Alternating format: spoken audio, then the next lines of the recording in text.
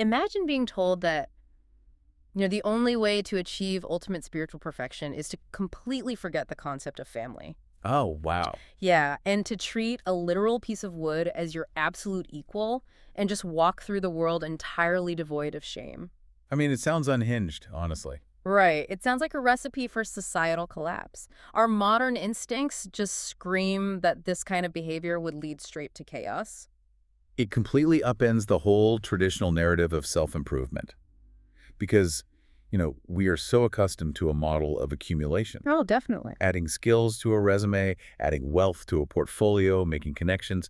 The modern hustle basically dictates that a heavier, more complex life makes you a more valuable person. Well, we're going to explore a blueprint today that demands the exact opposite. So, welcome to today's deep dive. We are thrilled you're here with us to unpack a truly fascinating document. It really is. We are looking at an essay titled The Symbol of a Perfect Soul, which also carries this rather profound subtitle, Non-Material Structure of Life.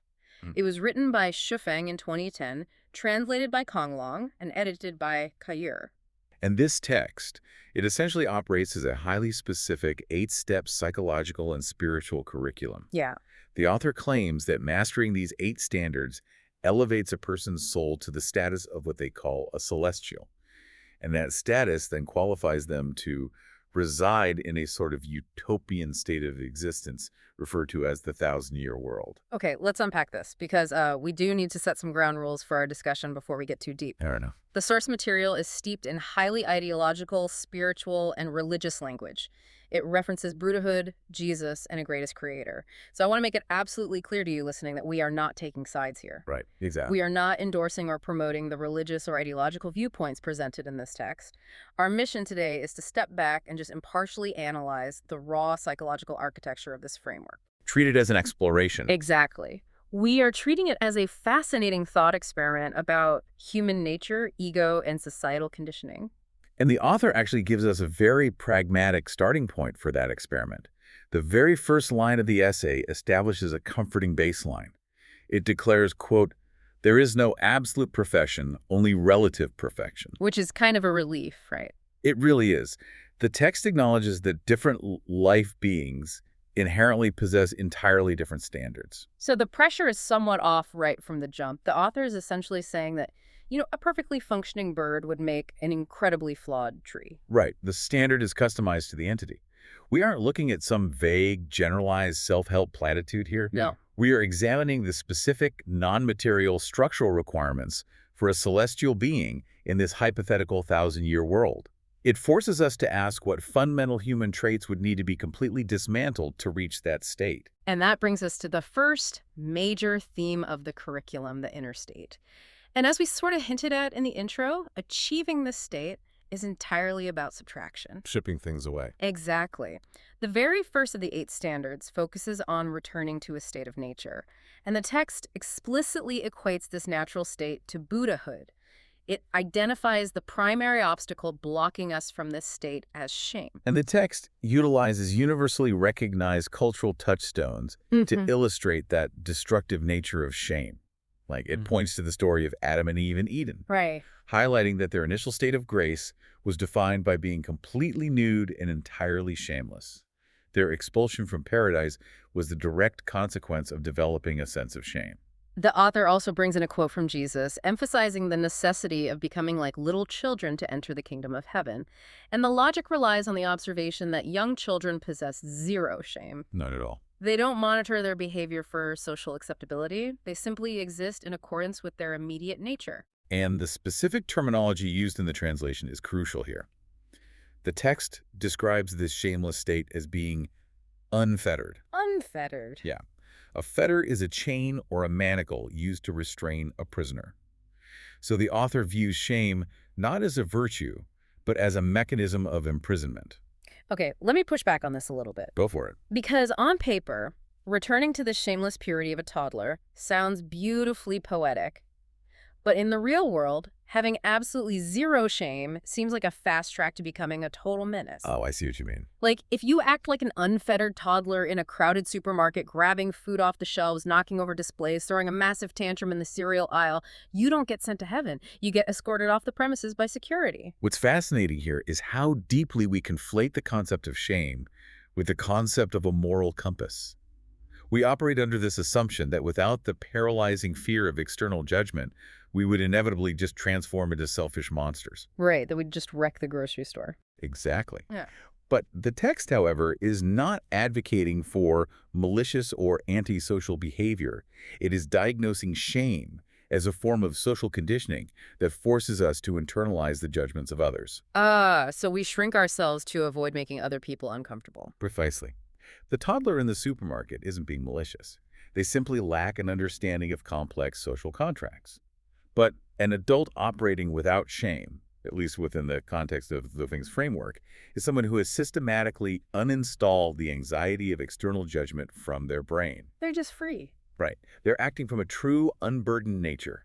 And this psychological shedding directly enables the third standard in the text. Standard 3. Okay, so that one requires the individual to be innocent, artless, and crucially good at playing and entertaining. Yes. The text describes the thousand-year world as an environment of absolute pervasive joy. If a person cannot reach a state of innocent play, they are fundamentally incompatible with the environment. They literally cannot enter. Consider the psychological block that prevents modern adults from engaging in pure play. Our entire society demands optimization. Oh, it's exhausting. Right. Hobbies must be monetized into side hustles.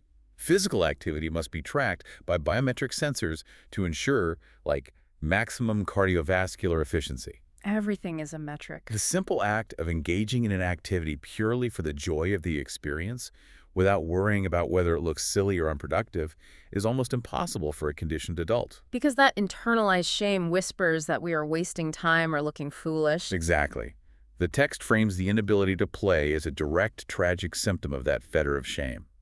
Returning to a state of play is the necessary cure. But once you manage to shed that internal shame and rediscover how to play, you suddenly run into a massive external problem. Which is? You have to figure out how to interact with a world that is still deeply ashamed, highly structured, and totally obsessed with status. That's a huge friction point. It is.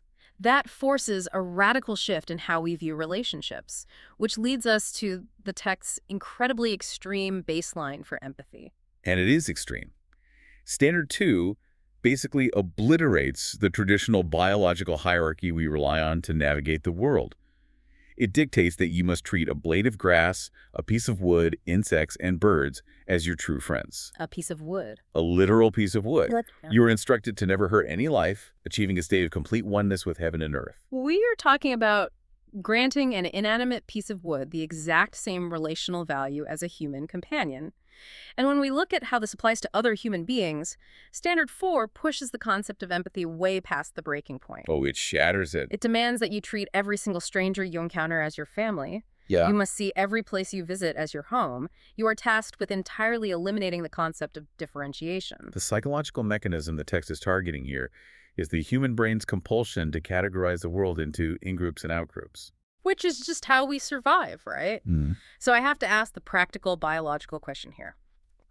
How does a human being realistically accomplish this without their nervous system just collapsing from burnout? It sounds impossible. Evolutionary psychology tells us we evolved in small tribes, bound by Dunbar's number.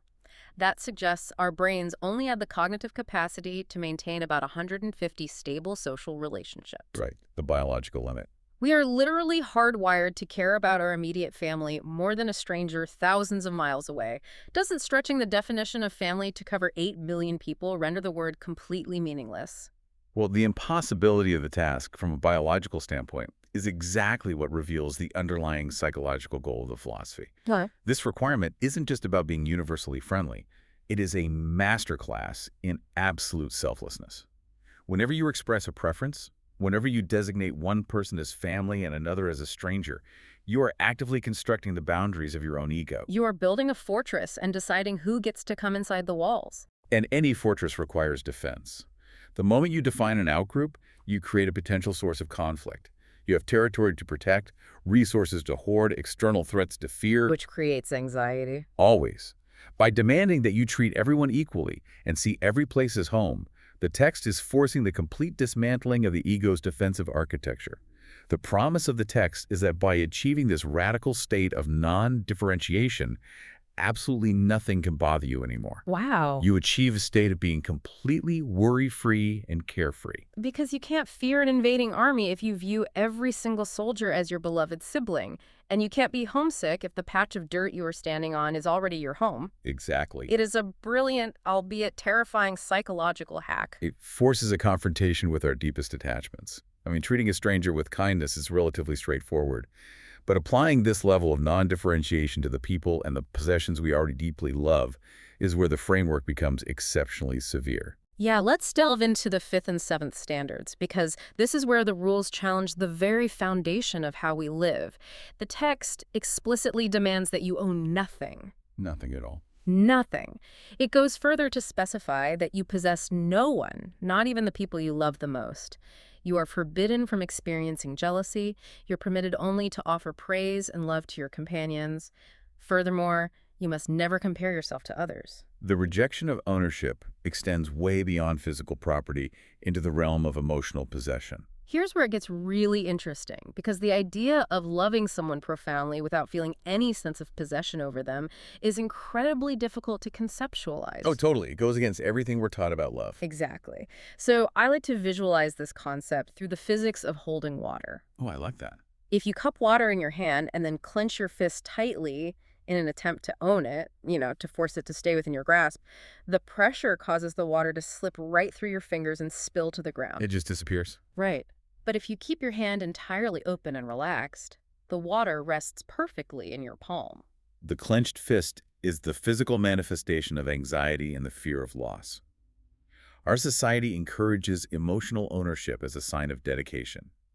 We say my spouse or my friend, implying this contractual bond of possession. It's all very possessive. But the open hand represents love without the psychological burden of ownership. You appreciate the presence of the water, but you do not claim jurisdiction over it. And that lack of jurisdiction ties directly into Standard 7, which requires you to remain completely, quote-unquote, ordinary and maintain a low profile. Blend right in. Yes.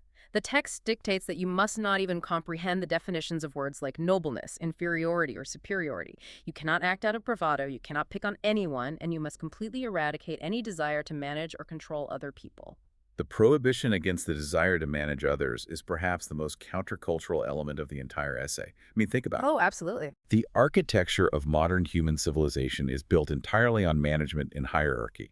Our corporate structures, our political systems, even our educational models, they all rely on performance metrics, ranking systems, and this relentless drive to stand out from the crowd. We're obsessed with it. We are conditioned from childhood to view ambition, the desire to be superior and to lead others, as the ultimate moral virtue. We literally reward the people who climb to the top of the pyramid and successfully manage everyone below them. But the text views that entire hierarchical structure as a spiritual trap.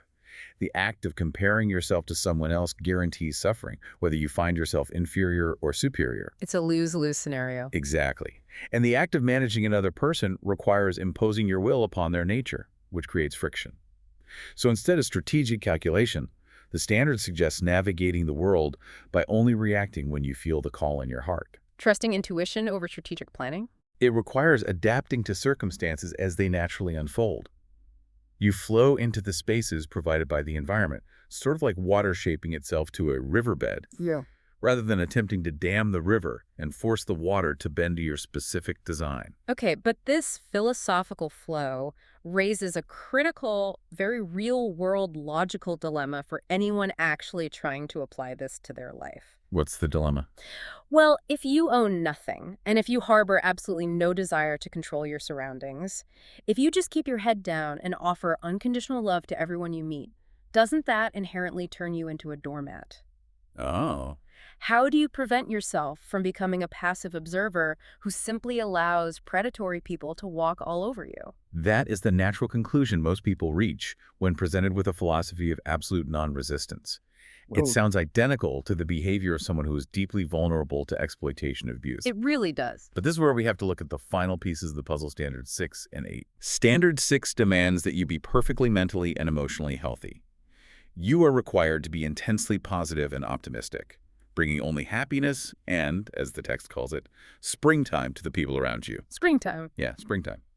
You are instructed to never hesitate, never worry, and, remarkably, to never even be on your guard against anything. Standard 8 builds on this by stating you are free to do what you like, provided you stay within certain boundaries.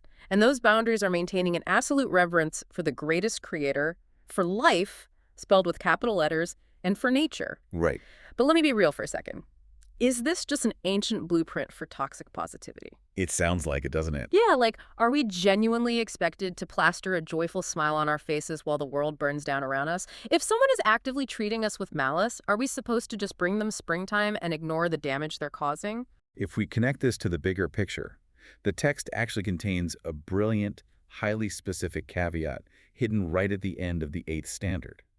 It addresses this exact vulnerability and provides the mechanism that prevents the entire philosophy from collapsing into passive submission. Oh, wait, let me read the exact phrasing because the distinction is vital here. It says, you must never complain, you never get angry, and you never make mischief. But, quote, you never swallow insult and humiliation silently or allow your will to be abused. The inclusion of that single sentence fundamentally alters the complexion of the entire framework. You never allow your will to be abused. That's a strong boundary. It really is. The text demands absolute peace, but it explicitly rejects martyrdom. You are unfettered, you radiate optimism, but you remain fiercely self-respecting. You do not absorb toxicity just for the sake of maintaining a fake peace, and you do not permit the violation of your internal boundaries. The psychological tightrope walk here is fascinating. Because how do you simultaneously refuse to swallow an insult silently while also adhering to the rule that you must never get angry or complain? It demands a level of emotional regulation that borders on superhuman, frankly. Yeah. Because when someone violates your boundaries, the standard biological response is a surge of adrenaline, anger, the desire to punish the transgressor. Fight or flight. Exactly.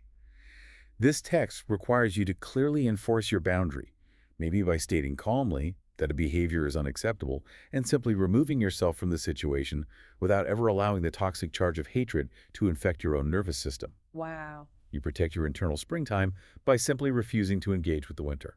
You pull up the drawbridge to protect the castle, but you don't waste your energy firing arrows at the invading army. You just go back to enjoying the courtyard. That's a perfect way to put it. You remain entirely free, completely intact, and utterly untouched by their negativity. So let's pull all of this together and look at the macro view for you, the listener.